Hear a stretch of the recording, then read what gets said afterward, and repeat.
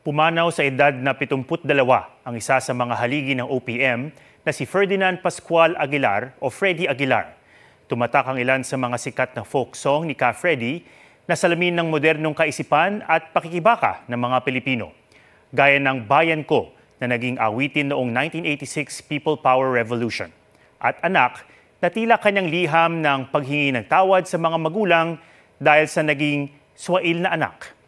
Isinalin ito sa halos 30 wika. Binigyan siya ng iba't ibang pagkilala kabilang ang Lifetime Outstanding Contributions to Philippine Arts and Culture mula sa Senado. Sa labas ng musika, pinasok din ni Ka Freddy ang politika nang tumakbo siya bilang senador noong 2019. Ayon sa dating partner ni Ka Freddy, ilang araw siyang na-confine sa Philippine Heart Center bago siya pumanaw dahil sa multiple organ failure. Dahil naging Muslim noong 2013, ililibing niya siya ngayong araw sa Manila Islamic Cemetery. Huwag magpahuli sa mga balitang dapat niyong malaman. Mag-subscribe na sa GMA Integrated News sa YouTube.